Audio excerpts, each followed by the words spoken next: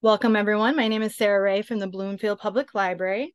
Thank you for joining us for our first program in our memory care series, co-sponsored by the Avon Library, the Canton Library, the Bloomfield Library, and also the Avon Senior Center. We have 4 programs coming up this season, and I'll email everybody the flyer, those dates and topics. For today, we have Shana Griffin here with Nourish Your Brain for Better Aging, and I'm going to turn the mic over to her.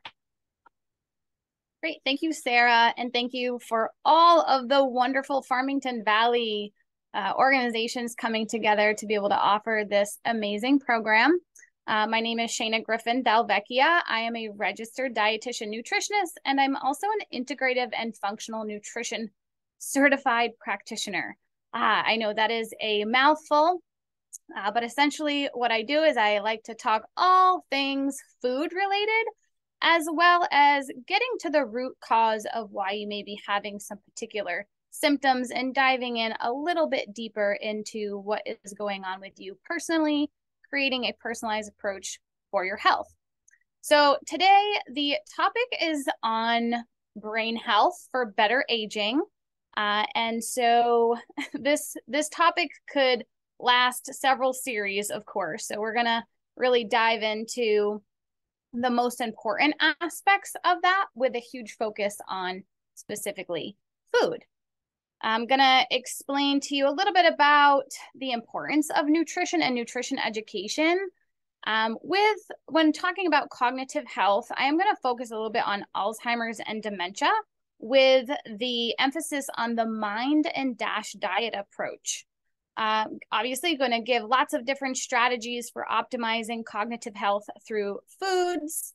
I'm going to discuss the basic nutrients for cognitive function, and I'm going to also shine some light on supplementation and genetics. So why is nutrition education important? Research is evolving all of the time. Requirements change as we develop and age. Everybody is their own individual self and have their own individual individuality. So it's really important to personalize an approach for each individual. And then the health of the nation is obviously changing, media influences, and there's endless diet philosophies, which actually can make it kind of challenging as a dietitian to just kind of constantly debunk or uneducate as far as a lot of the information that there is out there. You can see on the screen, I have a picture of coffee, an egg, and potatoes. You know, one day coffee is good for you, eggs are good for you, potatoes are good for you, and then the next day they're not. And a lot of that has to do with the fact that research is evolving, and it's really difficult to research nutrition because, you know, we're isolating these particular nutrients and not taking into account all of the other confounding factors that could play a role. And we're not looking at genetics also for the majority of these longstanding research studies that you may have heard about. In cherry picking is also something that can get very confusing. You may read something that sounds very believable. You know, there's always 2 sides to every story. And so as a registered dietitian, it's my job to bring forth to you the most accurate nutrition research there is. As far as when I say cognitive health, cognitive function, it's going to refer to the variety of mental processes, including attention, perception, memory, reasoning, planning, problem solving, decision-making, language, multitasking.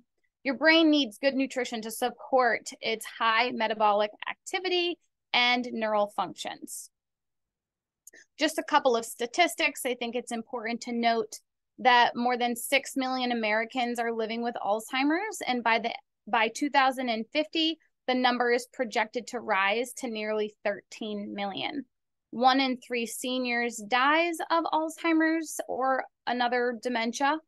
It actually does kill more people than breast cancer and prostate cancer combined.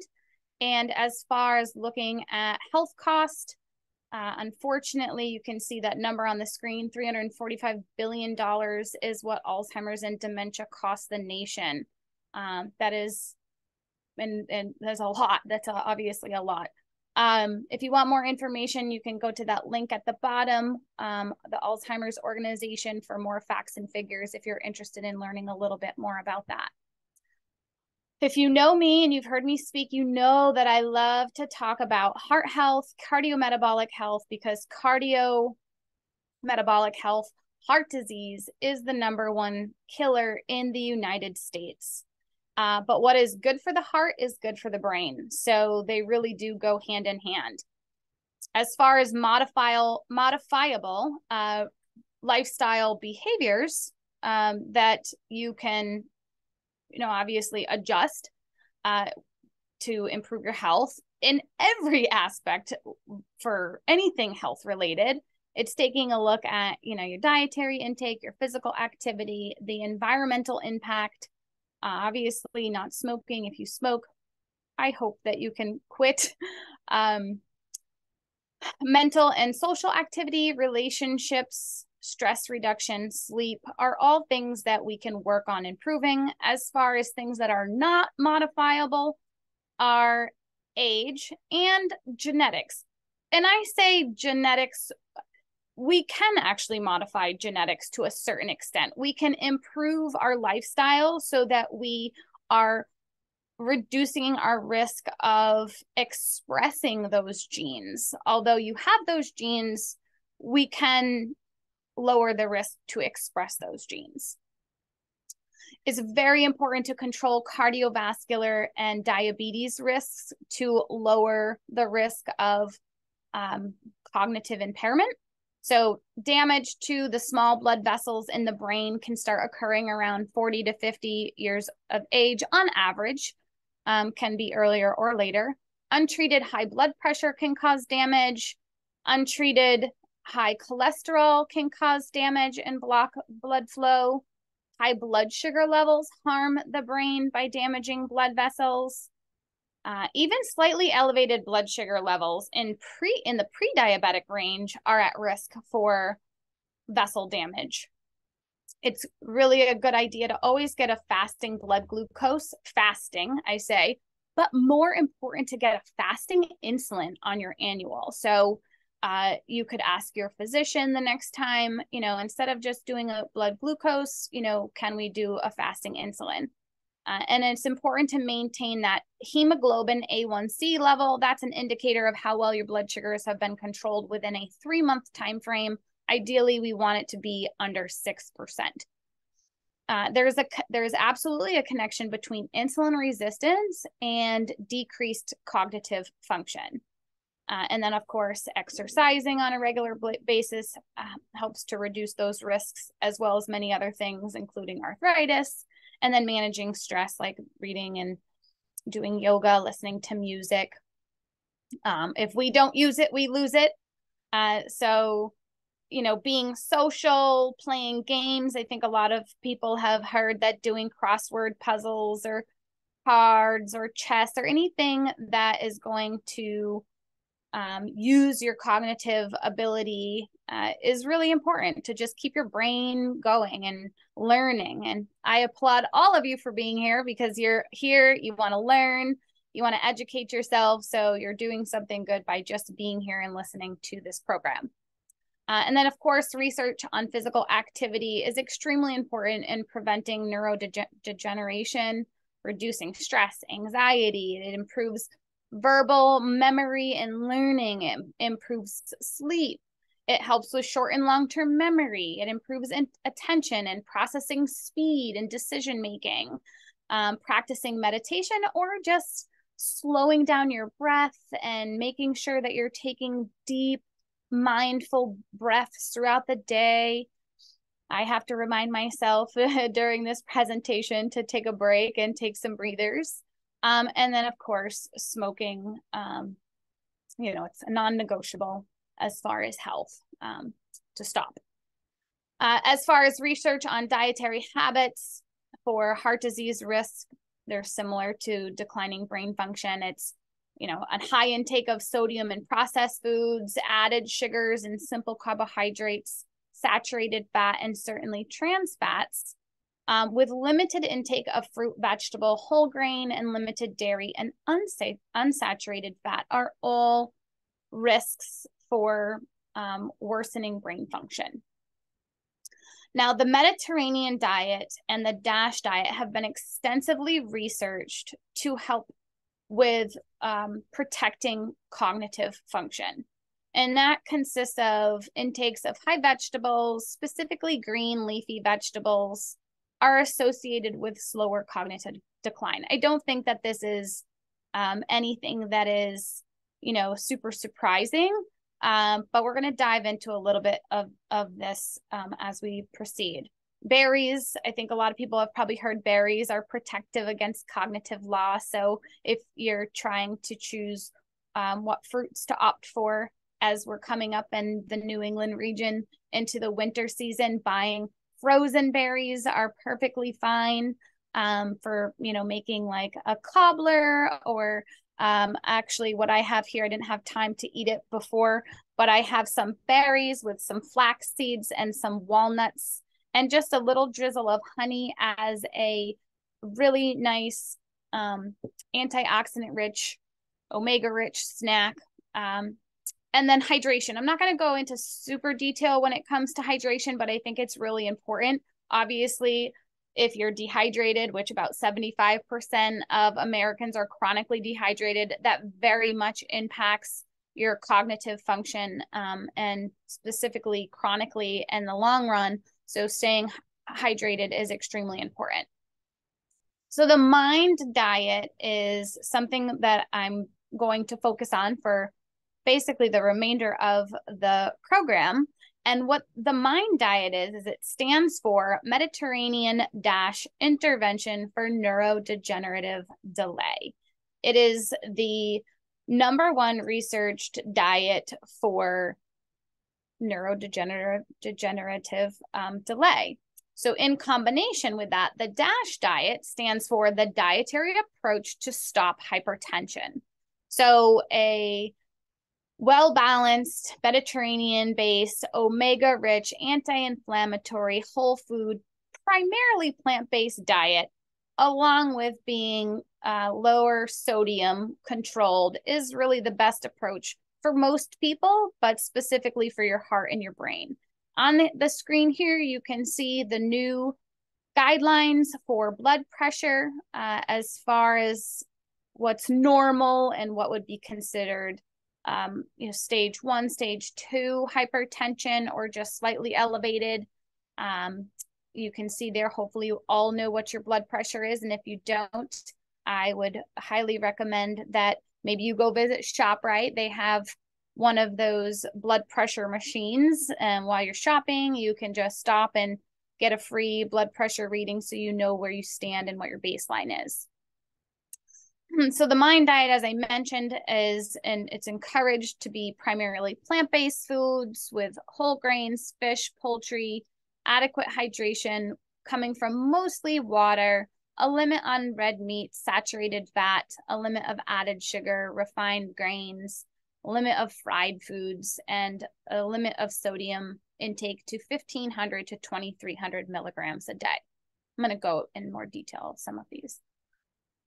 As far as dietary pattern commonalities, I think this is just interesting. And what I always like to say is when somebody approaches me about a new diet, whether it be the keto diet or the low carb diet or the self-beach diet or a gluten-free diet or you name it, it's not always, or mostly, I should say, it's not mostly what's different about those diets that work for an individual. It's the commonality of all of them that what works for most people. And it's the basic information of what we should be following for an overall healthy, balanced diet, right? Increased of vegetables, fruits, whole grains, nuts, legumes, unsaturated oils, lean proteins, a decrease in processed foods and trans fat and added sugar, and a limit on alcohol consumption is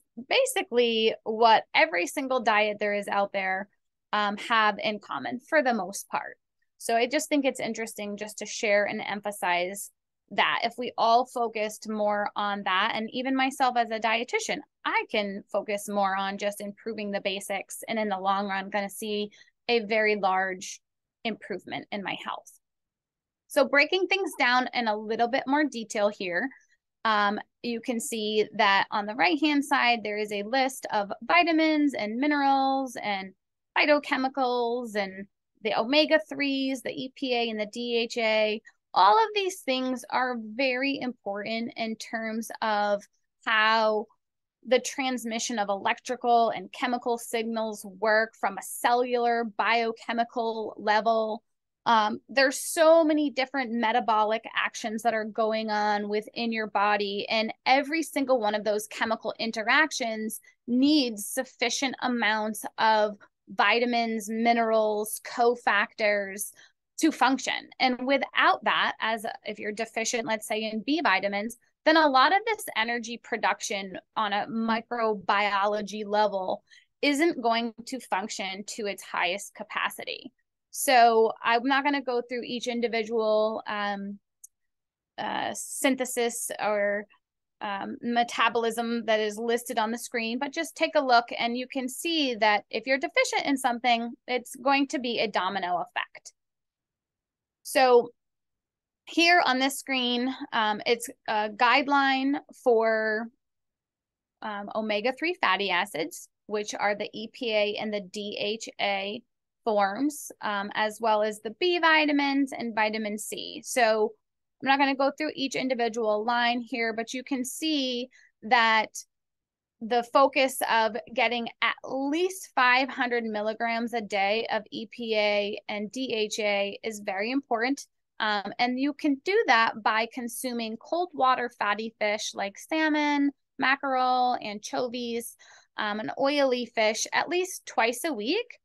And then as far as the recommended amount for folic acid, B12 and B6 is listed there on the screen. I'm going to go over B's in a little bit more as we progress and break down vitamins and vegetables and fruits and grains. But this is just giving you a guideline for sources and the take-home message of why all of this is important and how it relates to cognitive decline. Vitamin C, you need at least 400 milligrams a day, and you can get that. I think a lot of people think vitamin C and you immediately think like oranges, but you can get them from peppers, bell peppers, broccoli even is a really great source of vitamin C. It's really important also to have vitamin C rich foods with iron because it helps to increase the iron in the foods that you're consuming when you're pairing vitamin C rich foods with that. So you can think of maybe bell peppers on a spinach salad or strawberries on a spinach salad or something like that. And then on the next page here, I have the guidelines for vitamin D, vitamin E, and flavonoids. They're basically all very important to consume a wide variety of colors in the diet to get all of those flavonoids. Vitamin E, the recommended amount is 15 milligrams a day. It's pretty easy to get the amount of vitamin E that you need in a diet. If you do smoke, it will lower your risk or your amount of vitamin D in the body. And the most important thing I want you to take from this particular page is when I talk about vitamin D. So definitely, if you haven't had your vitamin D levels checked, talk with your physician and get your vitamin D levels checked. Most people are deficient. It's really important to get at least 15 minutes of daily sunshine because vitamin D is the sunshine vitamin, which actually it's not really a vitamin, it's a hormone that your body uses cholecalciferol to convert into vitamin D and the usable form in your body, which helps with So many things, so many things. I cannot emphasize that enough. But in this case, we're talking about the risk of cognitive decline, and it's extremely important. So if you get your level D's checked, it's important to supplement accordingly depending on what your levels are. It is important to take vitamin D in supplemental form with a meal that contains fat, because vitamin D is a fat-soluble vitamin. So you don't want to take it on an empty stomach. You want to take it with a meal that has fat. And there is a benefit for most people when they take vitamin D that also has vitamin K2 in it. Unless you are on a blood thinner, like a Coumadin or a warfarin, obviously you want to talk to your physician about any type of supplements that you might be taking.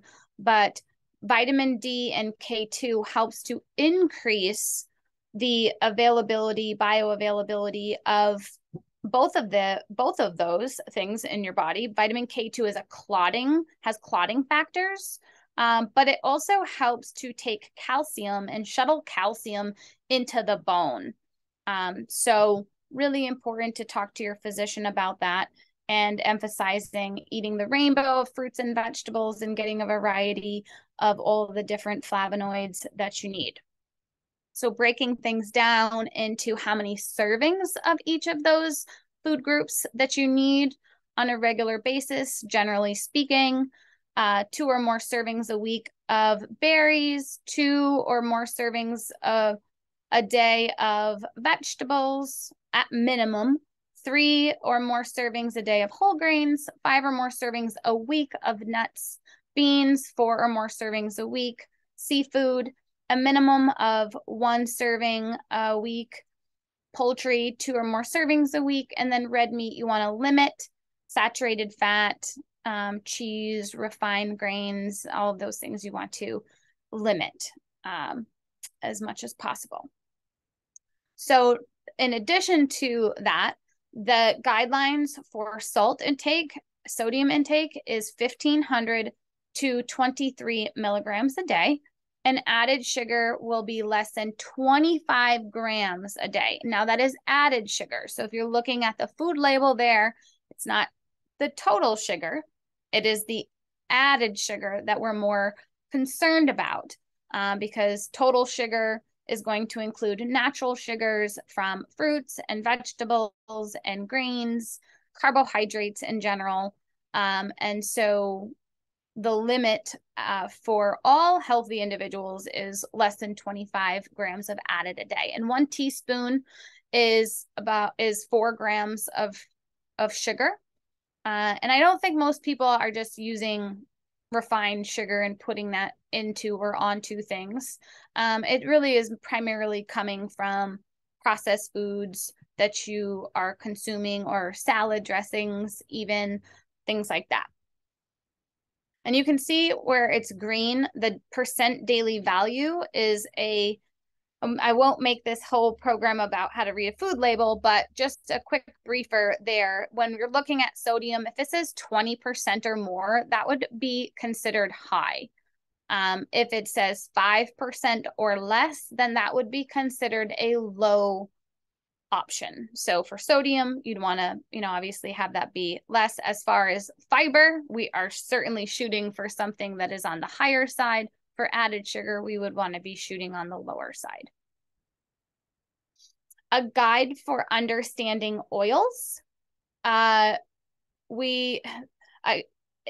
have a program that was recorded in October, and I speak for an entire hour on the inflammation and nutrition. And I go in more depth about this, but I'm just going to share one slide on this favorite topic of mine to talk about. And it's this, how to use oils and what a refined oil is, and the smoke points, most importantly, for oils. The goal of our health is to reduce the amount of oxidation that is burdening us. So anything that is processed, highly processed oil, so I'm going to use olive oil as an example. Extra virgin olive oil is a processed food. It is not an olive. It has been processed and refined into a oil. And then it can further in the processing and refining to withstand a higher smoke point to where you get just regular olive oil. Regular olive oil or light olive oil has been highly refined. So it's done so that it can withstand a higher smoke point. Anything that is listed as a low smoke point is a delicate oil and can oxidize. Those antioxidants from all those colorful fruits and vegetables that we're trying so hard to eat are going to remove those oxidized toxins from our body.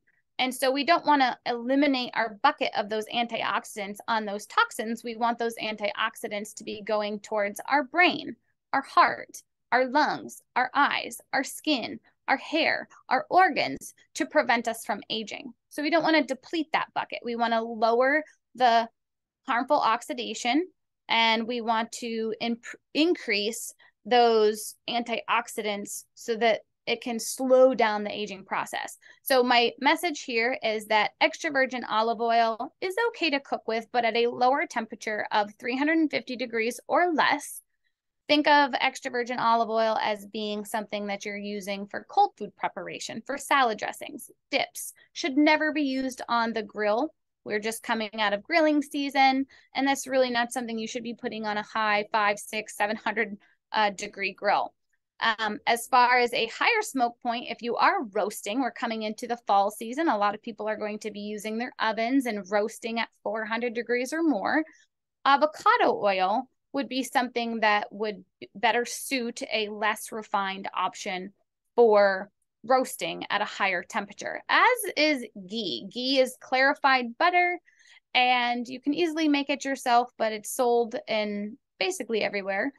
It does have that buttery flavor because it is made from butter, but they've removed all the lactose from it. So for people who are lactose intolerant, you can probably tolerate clarified butter, and it just gives a totally different flavor profile. So depending on what it is you're cooking, you may want that buttery flavor. But the ones that are in the blue highlight there would be my pantry staple recommendations for cold food, low cooking temperatures, and then a higher cooking temperature oil as far as standard pantry items to have. So berries, as I mentioned, 2 or more servings a week. Each serving is a half a cup. And it is proven that it helps to improve cognitive function. And so you can choose anything, a variety of berries: blueberries, blackberries, strawberries, cranberries, raspberries, even grapes. Good source of vitamin C and fiber and all of those antioxidants that we're trying to fill our bucket with.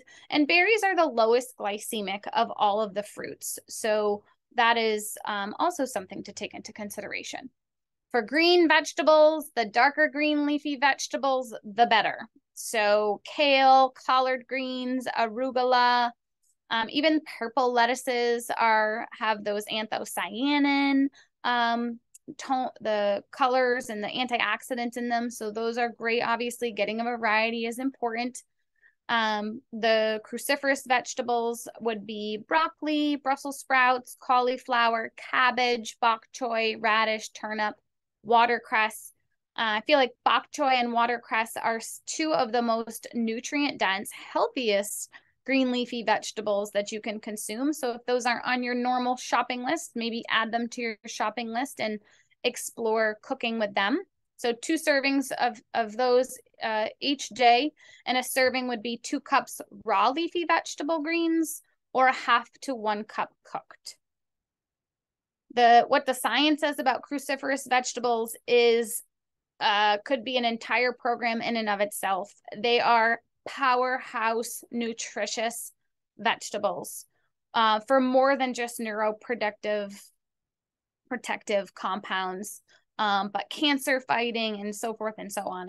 And they contain calcium and iron, potassium, which is a nutrient of concern for most people, and then vitamin C, vitamin K. It is fall time, and I love roasted cabbage. My husband's not really a fan of cabbage, but when I roast it and put garlic on it, he devours it. He loves it. So if you're not really a cabbage eater, maybe try roasting it in small little wedges. It just really changes the flavor profile. So maybe try that if you have never had roasted cabbage before.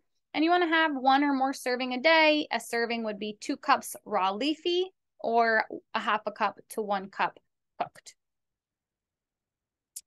Here is just a list of some inspiration of where you can get all of those different colors, from red to blue, purple, green, white, yellow, orange, vegetables and fruits.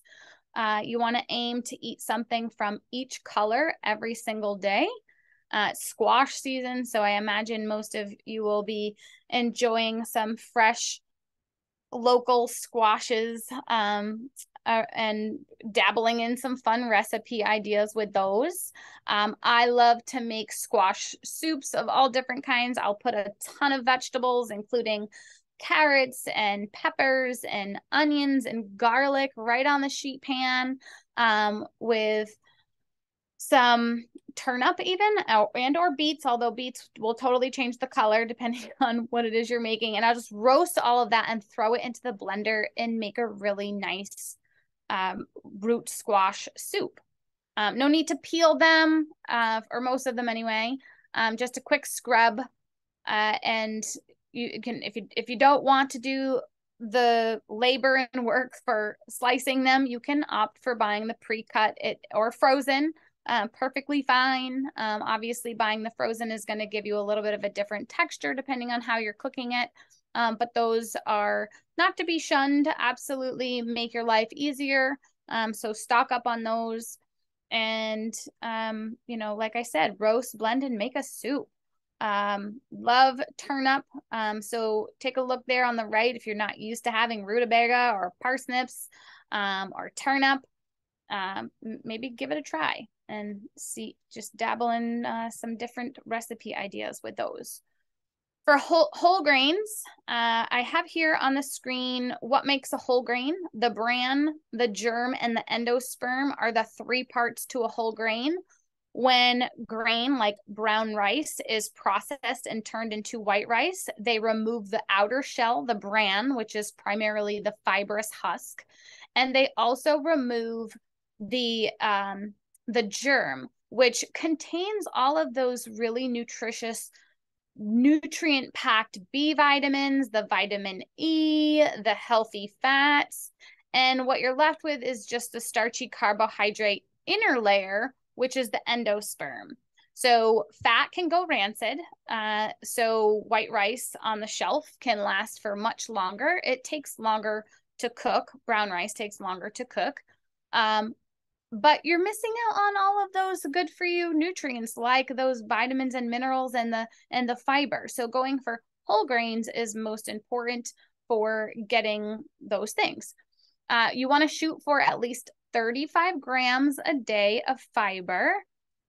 Most people are falling extremely short to that number. So take a look at where you can increase your fiber intake throughout the day. And we want to shoot for 3 or more servings a day.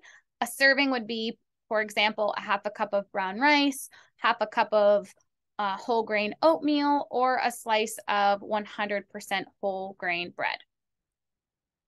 The science says that that whole grains are associated with increased thickness in the brain, which is associated with emotion, language, and memory.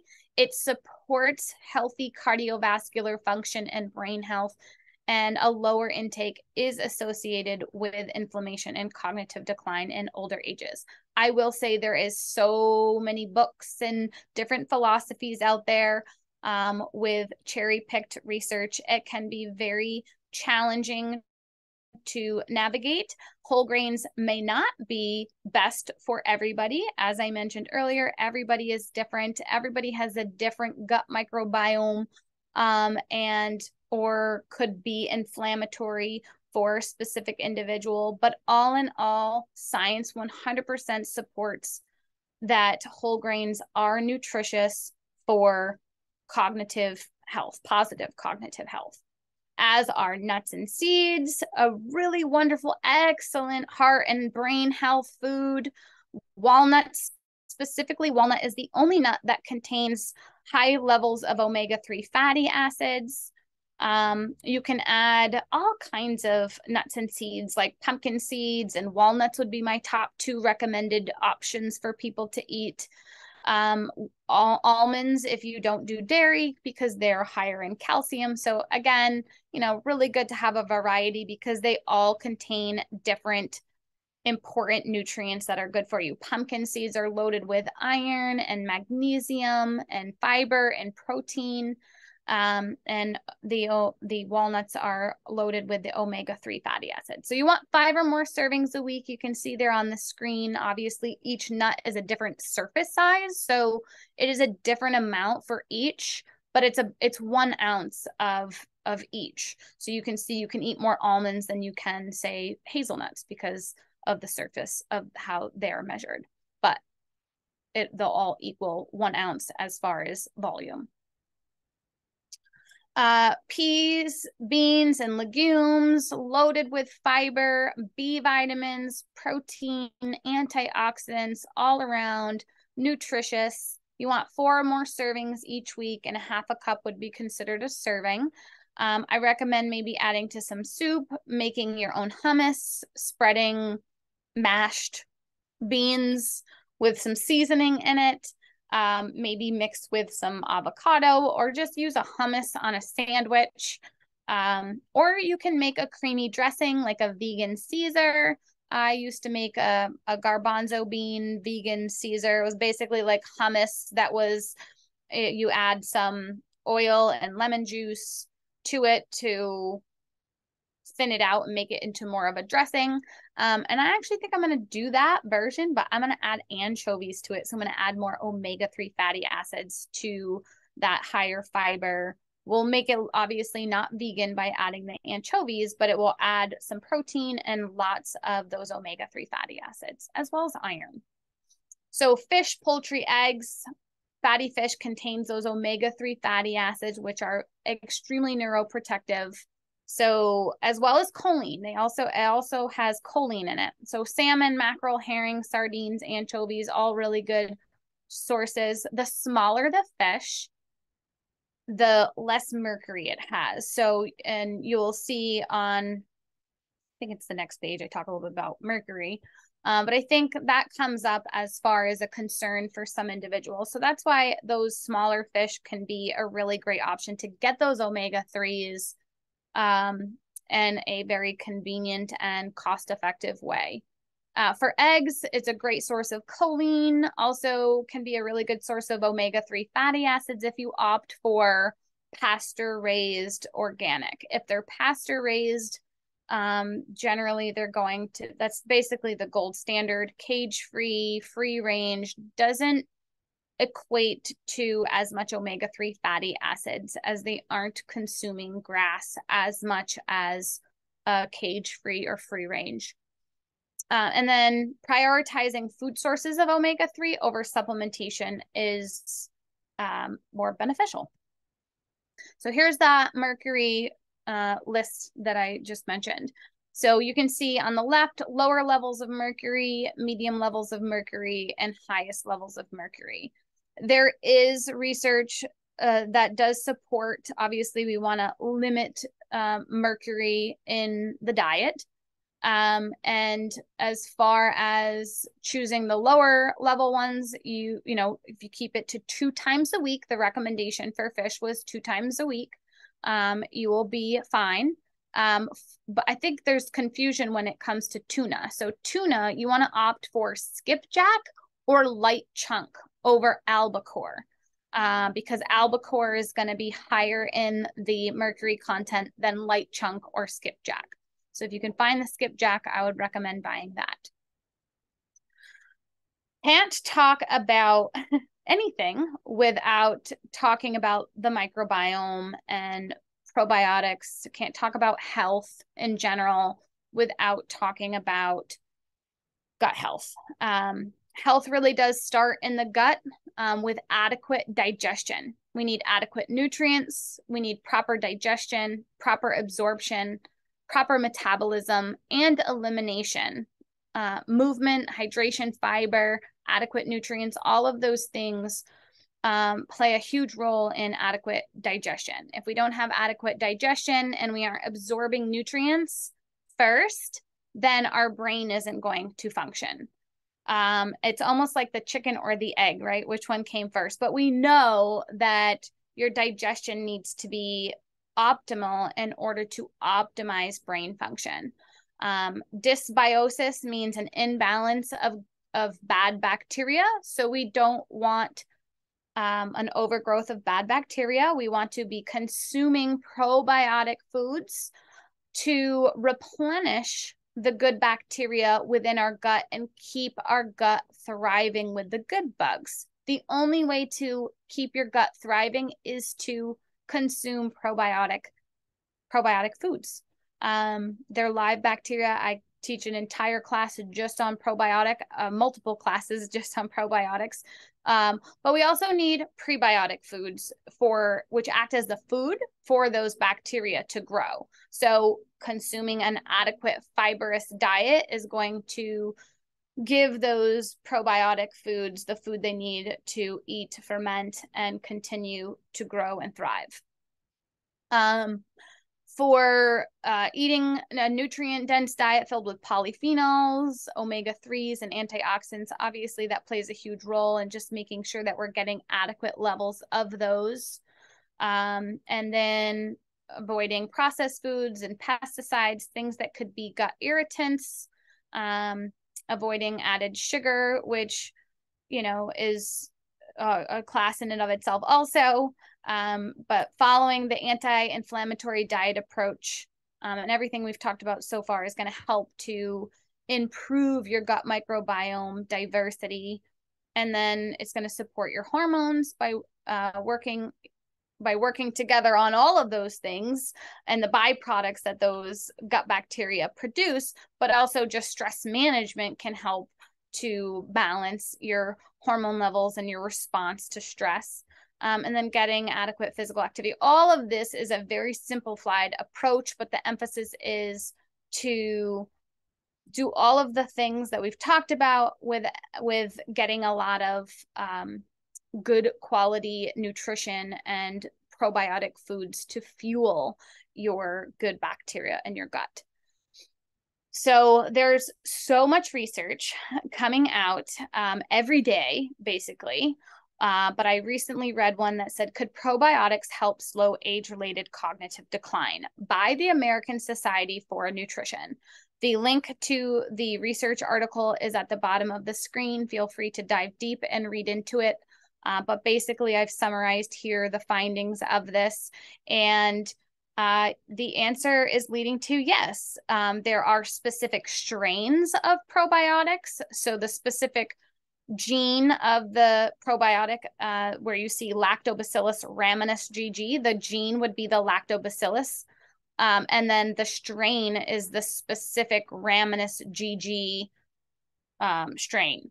So there are very specific strains that are being researched. We don't know enough yet, but we know enough that there are benefits to the Lactobacillus rhamnosus, and then even how microbes like Prevotella influence the gut in ways that improve brain health. So very interesting stuff. Again, this could be a whole class in and of itself, but just want to introduce you to the idea that the gut microbiome is an area that is evolving and new information is coming out. And it's just really important to get a variety in the diet and introduce probiotics into the diet so that you can keep those levels thriving. And certainly there are gut tests that you can do to see, what you have, and they're improving some of those tests every single day. Some are reliable, some may not be as reliable. So I won't go down that route. I just wanted to introduce you to this idea. And if you find it fascinating, I encourage you to go and continue researching and reading about it. I have a handful of resources that I like to use as a professional Of course, there are ones that you have to pay for. The Probiotic Advisor is a really wonderful resource. I had paid for it for a while. I am no longer paying for it. So I don't have the most up-to-date within probably the last year. But this here is a chart from a recent Probiotic Advisor comprehensive study summary for neurological health, specifically age-related cognitive decline. And you can see the strains that were researched, the overview, the treatment group showed modulated age-related shifts in inflammation linked to specific genes, which reduced impairments in long-term cognitive function. And then specifically, it's very hard, despite all the research and the wide variety of formulations in the market, lack of knowledge, poor labeling, it's difficult for practitioners and consumers to determine which brands contain specific strains research to address a particular health concern. So in this case, the health concern we're talking about is age-related cognitive decline. And based on this summary, what they found from the strains they researched is VSL number 3. Also, that's the old name. It's actually called Visbiome now. And Nexabiotic are 2 brands that contain those strains in various combinations that have shown to provide an improvement. So take this with a grain of salt, but just know that this research over time is evolving and we're going to know more. There's going to be more comprehensive lists of different brands and formulations that are shown to help. But just a really good basic understanding of what is going on behind the scenes in research, as well as genetics. This is an area that is very well understood, but yet still evolving. The ApoE gene, it's involved in making a protein called the apolipoprotein E, and it helps carry cholesterol and other types of fats in the bloodstream. So the problems in this process are thought to contribute to Alzheimer's as well as heart disease. They go hand in hand. I will say that when it comes to genetics and wanting to know whether or not you have a particular genotype, because you can have various genotypes, there's 2, 3, and 4. You can see on the chart below there, there's the ApoE genotype. You could be a 2, a 2-2, a 2-3, a 2-4, a 3-3, a 3-4, a 4-4. I actually had this done specifically myself because I wanted to know so that I personally could implement stronger, more thoughtful, personalized approach to how I live my life and how I eat so that I can lower my risk of heart disease and Alzheimer's, both of which run in my family. So the research is evolving, but we do know that there are specific ways to eat around depending on what type of genotype you have. So in the future, nutrition is going to be personalized based on your bio-individuality. People who have the ApoE4 carrier, being a carrier of ApoE4, if you eat foods, fatty beef, eggs, cheese, their bodies are going to make more cholesterol. And the ApoB, which if you've heard me talk about lipids and particle size for cholesterol, all of this stuff is interconnected. And it's very, very, very interesting. So I'm just going to leave it as that. I encourage you to do more research. The chart there was from Cleveland Heart Lab. So if you want to read more about the facts on that, you can visit there. You can go to the National Institute of Health and look up genetics fact sheet just to read more if you want to get started somewhere. And then for supplements and herbal remedies, there are several different herbal remedies and supplements that can help to reduce or improve cognitive decline or slow cognitive decline. Curcumin, which is the active ingredient in turmeric, it It helps to reduce oxidative stress, free radicals, beta amyloid plaques, which build up in the brain of Alzheimer's patients. It helps with metal toxicity and helps chelate heavy metals like that mercury I had just mentioned, and helps with abnormal inflammatory reactions. It protects neurons from degradation and it enhances overall memory. Ashwagandha is known to support neural tissue regeneration and reverse mitochondrial function, which is the energy production of your body that plays a role with those B vitamins I talked about earlier. It enhances energy production, and it helps with auditory verbal working memory, executive functioning, processing speeds, social cognition, and then Bacopa monterey. I always pronounce that incorrectly, so sorry. But that one is a newer one that I'm not as familiar with, but it has extensive research to support as being an antioxidant and anti-inflammatory agent, protecting the brain from damage. So definitely do a little bit more research on those if that's something that you're interested in incorporating into your pattern, your dietary pattern, your lifestyle, as well as here on this screen, lion's mane and saffron. I feel like when I was working at the grocery store, I got so many questions about saffron. I think it was because Dr. Oz mentioned it. But to his point, it's extremely helpful. It is the most expensive spice in the world, but it is an antioxidant protecting against cell damage.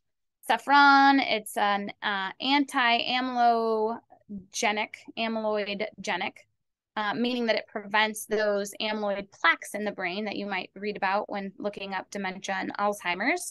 It possesses those anti-inflammatory processes. It acts as an antidepressant. It improves your mood. It's an immunomodulator. It's great for the immune system. So forth and so on. And then lion's mane is a mushroom that kind of looks like it's got that stringy lion's mane. It's mostly turned into a powder form and included into various formulations, whether it be bars or drinks, functional beverages, protein powders, supplements.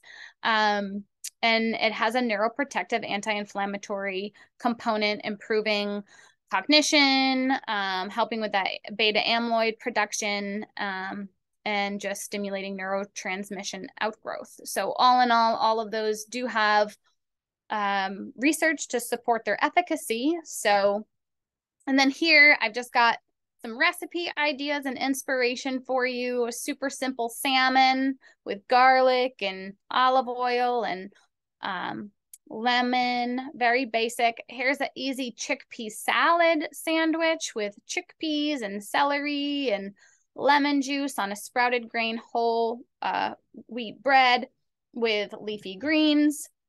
This is great for the fall time. A little bit of maple syrup just to sweeten up some sweet potatoes and carrots in a really nice fall inspired dish with walnuts and apple cider vinegar. You could add some chopped apples in there and maybe not use the maple syrup to even keep, kind of still give it that sweet taste. But a little bit of maple syrup on a nice fall dish like that is nice. It is considered an added sugar though, but it is a really amazing recipe. Here's a recipe for a super berry smoothie with spinach and kale and berries and a banana, a non-Greek yogurt, a scoop of protein powder for some protein in there. Super easy trail mix. I love to make trail mix with all of these ingredients, divide them up into little mini bags that you can just take on the go. You don't have to, measure them out every time. You just put it all in a big bowl and then measure out a 1/4 cup each into little baggies and you're good for a couple weeks. And then here are 4 recipes, personally my favorite antioxidant rich, omega rich recipes that I go to on a regular basis, all of which are, well, not all of them, but most of the pictures there that you see are pictures that I've personally taken of my own food. So a no cook chia jam, mash up some frozen berries with a fork, sprinkle in some chia seeds, let sit, and then you have a jam to use in yogurt or to put on anything that you would put jam on. A no-cook hemp seed pesto by replacing the pine nuts in a traditional pesto with hemp seeds, or you can use walnuts. One of my favorite recipes that I know I've shared, and I see a couple of names on here that are attending today that have heard me talk about my walnut salsa verde. That is just absolutely delicious. You can look it up online. There's multiple versions, but you can throw any kind of fresh herbs, parsley, cilantro, oregano, thyme, with walnuts and olive oil, garlic, lemon juice, salt and pepper, maybe some hemp seeds in there also, and then put that over salmon. You can put it over roasted vegetables, broccoli, cauliflower, asparagus, any vegetables. Put it over sliced cucumbers or on top of chicken or baked potato or rice pilaf. And then coming into the holiday season, I always love to make dark chocolate bark. You melt dark chocolate on parchment paper. There's multiple ways to go about this. No wrong way to do it, really. But dark chocolate, and then I like to sprinkle some walnuts, hemp seeds, chia, and pomegranate seeds, or you can use goji berries, cranberries, dried chopped apple, like this brand here that I love, Paramo Snacks. I believe they're sold at Fitzgerald's and ShopRite. Take these dried crunchy apples, chop them up, throw them on there. You could also do it with a dried pineapple, which is crunchy, not chewy. Or you could even do a plantain here that I have, crunchy banana flavor with the chocolate. And then this one here is not, I wouldn't necessarily put this one with chocolate, but it's a beet chip by Paramo. It's also mixed with yacon. And all of those are only one ingredient, no oils, no sugars, no salt, nothing, just plain fruits and veggies. So those are really great. Love those. And that concludes all of the things I wanted to share. And so recapping how to nourish your mind and your body is to adapting more of a plant-based whole food approach that's rich in those green leafy vegetables, rich in berries, nuts, seeds, omega-3 fatty acids, fiber. That's a balance of protein, fat, and carbs, a limit on ultra-processed foods, sugar, and oils. You're getting enough hydration. You're getting adequate vitamin D. You're getting a good night's sleep and getting physical activities and being social, keeping your mind moving, doing mindful breathing and meditation. As you can see, there's so many simple things that we can all do to improve our health. I encourage you to visit the libraries and find new cookbooks, explore new recipes, join future nutrition-related seminars and learn. And then, as I mentioned earlier, visit the pre-recorded or previously recorded nutrition webinar on anti-inflammatory diet and nutrition, which is basically a supplement to diving in more deep on that specific anti-inflammatory piece as we just discussed today. I do want to also say I'm drinking this peach probiotic tea. And this probiotic that is in here is called BC30. It is a bacillus line. It's Bacillus coagulans, BC, and it's GB1306086 is this very specific strain that has been researched to withstand high temperature heat. So putting it in boiling water helps to, well, it's proven to show that it's not going to kill the live probiotic. So it's going to get to where it needs to go to in your digestive system. So this celestial peach and probiotic tea that's just herbal, there's actually no caffeine or tea in it, it's just herbal, is really, really nice. I love that one. So I wanted to share that. And I have one more product I want to share here. I brought this Sacha Inchi oil. Hard to find, but it is extremely high in omega-3 fatty acids and can withstand a high smoke temperature, high heat temperature. So you can get it online. They did used to sell this at ShopRite, but I'm not sure if they do They might have it at other stores. So be on a lookout for that particular brand, or any Sacha Inchi oil for that matter, because I do think you're going to start to see more of that. And so if you're looking for a nice extra virgin pressed high omega-3 oil to use, that could be a good option. It is not inexpensive though, so just know that. Okay, that was a lot, and I'm going to take a cup of tea, sip of tea here, and I will open it up to questions.